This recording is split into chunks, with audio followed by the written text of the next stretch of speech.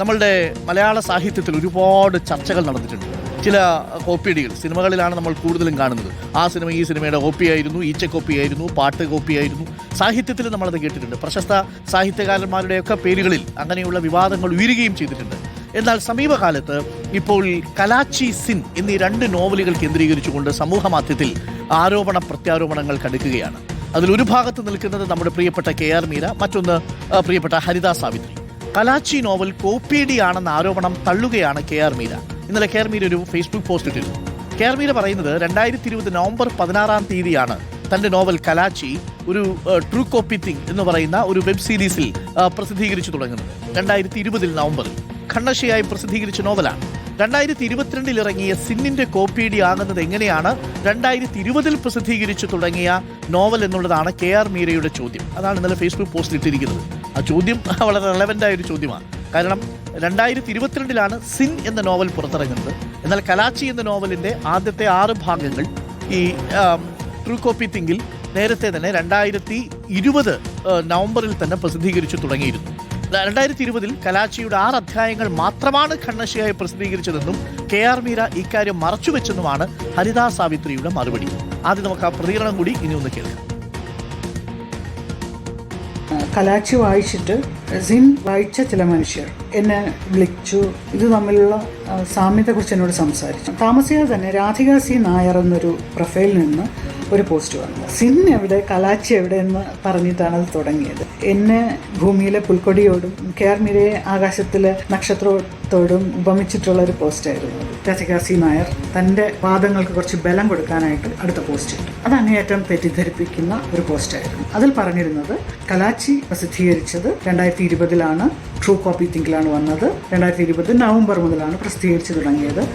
Sin പുറത്തു വന്നത് 2022 എന്നായിരുന്നു അതിൽ പറഞ്ഞിരുന്നത്. അപ്പോൾ ആളുകൾ സ്വാഭാവികമായിട്ട് ഞാനാണ് മോഷ്ടിച്ചത് എന്ന് പറഞ്ഞിട്ട് എന്നെ ആക്ഷേപിക്കാൻ തുടങ്ങി. മാധവൻ സാറിന് അവതാരിക എഴുതാനായിട്ട് ഈ പുസ്തകം അയച്ചു കൊടുത്തത് 2020 ഡിസംബർ 14 എന്ന് പറയുന്ന ഒരു പോസ്റ്റ് ഞാൻ ഇട്ടു.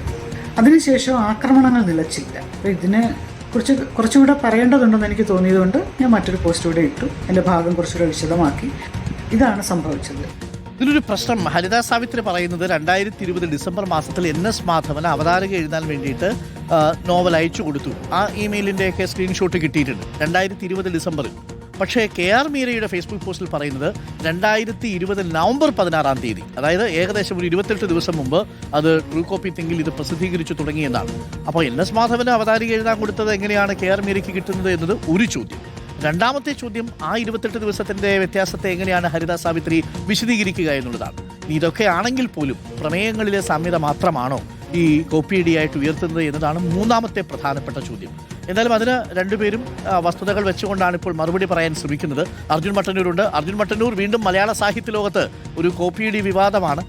യഥാർത്ഥത്തിൽ അത് ഒഴിവാക്കണമായിരുന്നു. ഇത്രയും കാലം ഇല്ലാത്തത് ഇപ്പോൾ ഉയരുന്നത് എന്തുകൊണ്ട് എന്നൊരു ചോദ്യവും പ്രസക്തമാണ്, അല്ലേ അർജുൻ? തീർച്ചയായും ഡോക്ടർ അഴുകുമാർ, മലയാള സാഹിത്യ ലോകം ഇപ്പോൾ പ്രധാനമായും ചർച്ച ചെയ്യുന്നത് ഈ ഒരു കോപ്പിയടി വിവാദമാണ്. ഇതിൽ ഒരു നോവൽ മറ്റൊരു നോവലിനെ അതുപോലെ കോപ്പിയടിച്ചു എന്നൊരു ആരോപണം ഉയർന്നിട്ടില്ല. പക്ഷെ അതിനപ്പുറത്തേക്ക് ഒരു നോവലിന്റെ ത്രെഡ് കോപ്പി അടിച്ചു എന്ന ആരോപണമാണ് ഉയരുന്നത്. 2022 ഹരിത സാവിത്രിയുടെ സിൻ എന്ന നോവൽ പുറത്തിറങ്ങുന്നത്. 2023 കേരള സാഹിത്യ അക്കാദമി അവാർഡ് അടക്കം നേടുകയും ചെയ്യുന്നുണ്ട്. അതേസമയം 2025 KR മീരയുടെ കലാച്ചി എന്ന നോവൽ പുസ്തക രൂപത്തിൽ പുറത്തിറങ്ങുന്നത്. ഇതിന് പിന്നാലെയാണ് അടുത്തിടെ ഈ വിവാദങ്ങൾ ഉണ്ടാകുന്നത്. പക്ഷേ അതിൽ KR മീര വിശദീകരണമായി നൽകുന്നത് 2020 നവംബറിൽ തന്നെ ട്രൂ കോപ്പി തിങ്ക് എന്ന ഓൺലൈൻ മാധ്യമത്തിൽ തൻ്റെ നോവൽ ഖണ്ഡശയായി പ്രസിദ്ധീകരിച്ചു എന്നുള്ളതാണ്. അതേസമയം അതിൽ 6 ഭാഗങ്ങൾ മാത്രമാണ് ആ സമയത്ത് ട്രൂ കോപ്പി തിങ്കിൽ പ്രസിദ്ധീകരിച്ചത് എന്നാണ് ഹരിത സാവിത്രി പറയുകയും ചെയ്തത്. 2020 പുറത്തിറങ്ങിയ നോവൽ അതിൻ്റെ കോപ്പിയടിയാണോ 2022 പുറത്തിറങ്ങിയ സിൻ എന്ന ഒരു തിരിച്ചൊരാരോപണം കൂടി KR മീര ഉന്നയിക്കുന്നുമുണ്ട്. എന്തായാലും ഇന്നലെ KR മീര ഇതിൽ വിശദീകരണവുമായി ഫേസ്ബുക്കിലൂടെ രംഗത്ത് വരികയായിരുന്നു. അതിന് പിന്നാലെയാണ് ഇപ്പോൾ അതിന് മറുപടിയുമായി ഹരിത സാവിത്രിയും ഒരു ഫേസ്ബുക്കിലൂടെ തന്നെ വിശദീകരണവുമായി രംഗത്ത് വന്നിരിക്കുന്നത്. ഇതിൽ ഹരിത സാവിത്രി പ്രധാനമായും പറയുന്നത് താൻ ഏത് സാഹചര്യത്തിലാണ് ഇത്തരമൊരു ആരോപണം ഉന്നയിച്ചിട്ടുള്ളത് എന്നുള്ളതാണ്. അതിൽ KR മീരയ്ക്ക് പല കാര്യങ്ങളിലും മറുപടി നൽകുന്നുണ്ട്.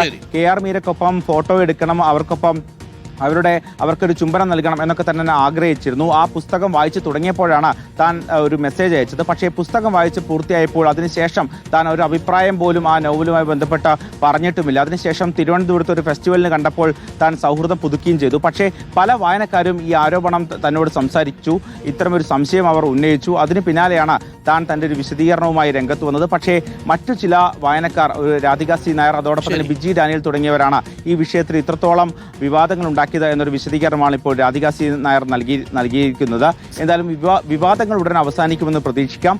അതേസമയം സമൂഹ മാധ്യമങ്ങളിൽ വലിയ തോതിൽ ഈ വിഷയം ചർച്ചയാകുന്നുമുണ്ട്. Thank you Arjun Mattannur. Sin എന്ന പുസ്തകം ഉണ്ട്, കലാച്ചി എന്ന പുസ്തകമുണ്ട്. രണ്ടും പൊതുമധ്യത്തിൽ അവൈലബിൾ ആണ്. പ്രിയപ്പെട്ട പ്രേക്ഷകർ വായിക്കുക. അങ്ങനെയെങ്കിലും കുറച്ചുകൂടെയൊക്കെ വായനയും കുറച്ചുകൂടെ കോപ്പിയൊക്കെ വിറ്റ് പോട്ടെന്നേ. മാത്രമല്ല, ഇനിയൊക്കെ നോവൽ എഴുതുമ്പോൾ പണ്ട് ഈ സിനിമയുടെയൊക്കെ തിരക്കഥ രജിസ്റ്റർ ചെയ്യുന്നത് പോലെ ചെയ്യേണ്ടി വരുമോ എന്നുള്ളതാണ് ഒരു പ്രധാനപ്പെട്ട ചോദ്യം. 7 മനുഷ്യാവസ്ഥകളെ ഉള്ളൂ എന്നാണ് പറയുന്നത്. ഈ അവസ്ഥകളെയാണല്ലോ അങ്ങോട്ടും ഇങ്ങോട്ടും കഥകളായും തിരക്കഥകളാക്കി നമ്മൾ മാറ്റിമറിക്കുന്നത്. പുതിയ വികാരങ്ങളൊന്നും ഇന്നേവരെ ആരും കണ്ടുപിടിച്ചിട്ടില്ല. എല്ലാ വികാരങ്ങളും പഴയ വികാരങ്ങൾ തന്നെയാണ്. ഇതിൻ്റെ പെർമ്യൂട്ടേഷൻസും കോമ്പിനേഷൻസും ഒക്കെയാണ് നമ്മുടെ ജീവിതാവസ്ഥയെ നിശ്ചയിക്കുന്നതെന്നാണ് കെയർ മീര അടക്കമുള്ളവർ പറയുന്നത്. അതുകൊണ്ട് ഇതിനകത്ത് പ്രമേയങ്ങളിൽ സ്വാഭാവികമായിട്ടുമൊക്കെ സാമ്യതകൾ ഉണ്ടാവാം. ട്രീറ്റ് ചെയ്യുമ്പോഴും ചിലപ്പോൾ എവിടെയെങ്കിലുമൊക്കെ സാമ്യതകൾ ഉണ്ടാവാം. അതുകൊണ്ട് പൂർണ്ണമായും കോപ്പിയാണോ എന്നൊക്കെ പ്രേക്ഷകരുടെ അറിവിലേക്ക് വിട്ടുതരുന്നു, നിങ്ങളുടെ ജഡ്ജ്മെൻറ്റിൽ വിട്ടുതരുന്നു.